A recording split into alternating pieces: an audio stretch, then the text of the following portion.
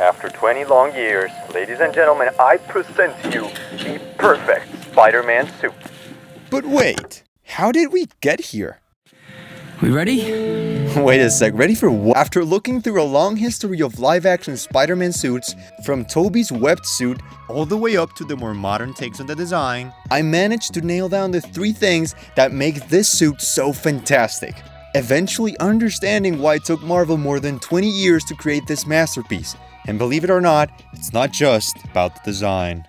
To begin, we have to go all the way back to Spider-Man's first appearance. No, it's actually a lot further than that. Okay, not that much. Perfect. Picture this. It's May 31st, 2002, and Spider-Man just hit the big screen. And to the surprise of no one, he's wearing a comic-accurate suit, with its characteristic traits being pointy lenses, a bright red color, and raised webbing. We'll get to that later. Costing up to $50,000 per unit, the Raimi suit not only became an iconic and highly praised suit for its design and overall accuracy to the comics, but it was also looked upon highly by the fans, even till this very day. Unlike with some other suits, Tobey Maguire wore the practical suit as much as he could throughout his movies, because one of the things that make a good Spider-Man costume is that it needs to be real. Jumping to June 30th, 2004 with Spider-Man 2, the costume team made sure to fix problems with the colors, the webbing, and the spider logos to better fit the screen. And no, not with computers, with their own hands. I am soaking wet right now. Because although more expensive, the team knew that it was worth it to deliver a completely real costume instead of a fake one. Same story with the third movie, where we got one of the best and kind of the only live-action version of the symbiote suit. No, I'm not talking about you ugly f. The guys in charge of designing the suit just went the easy and smarter route of slapping a black and white filter on top of it and... The point is that the Sam Raimi suits teach us how it's not about how complicated you make them, but how close you follow the comics, while leaving just the perfect amount of creativity to sweep in, creating a familiar yet iconic suit for the friendly neighborhood superhero. Nice! Since I'm 83% sure the new suit is not AI, we can check the first requirement. The suit has to be real. But it also has to look good, which is why we're skipping ahead to May 1st, 2014.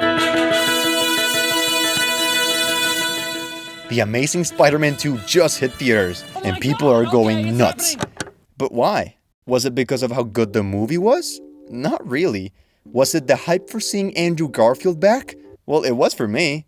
But no, the fans were actually going crazy for the suit, which led me to wonder, what made this suit work so well? Reasons which, surprisingly enough, are also the reasons as to why this new suit works as well. First, let's look at 2 suits that suffer from the same problem, putting function over form. The Amazing Spider-Man 1 presents a rather menacing looking suit, with darker colors, pointy and yellow colored lenses, and sneaker-like boots. Most fans weren't quite fond about how far the suit was in terms of design to the classic versions of the Spider-Man attire. And one of the reasons that director Mark Webb gave for the change was that the suit had to make sense. Let me explain. Peter Parker is a very resourceful dude, and Webb wanted to show this by not only making his version of the character create his own suit, but make it believable that he could actually do it. I'll let the experts explain this one. We had to believe that Peter Parker actually constructed the suit himself, so things like sunglasses, lenses, and shoes, and elements like that. Well, I was thinking, how would a kid make a suit? Well, he'd probably take tennis shoes and cut the bottoms of them and use that as the pads of the shoes. I mean, if he's making his own suit, who wouldn't do that? It seems a logical thing to do. And this was the biggest problem of them all. Both the huge deviation from the classic look and feel, and the fact that the decisions about the design were based on what was logical and realistic, threw most people off. Which is why for the next installment, the team focused less on making something that made sense and more on making something that looked good. They went for the bigger white lenses, adapted Tobey's raised webbing, gave us some clean looking web shooters, and turned the saturation up. The second suit that suffers from the exact same problem is this one. Remember function over form?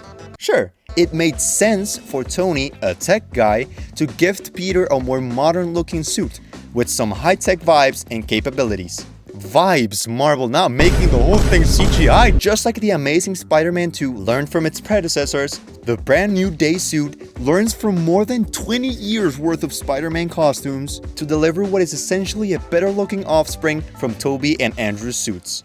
And yes, it's as perfect as it sounds.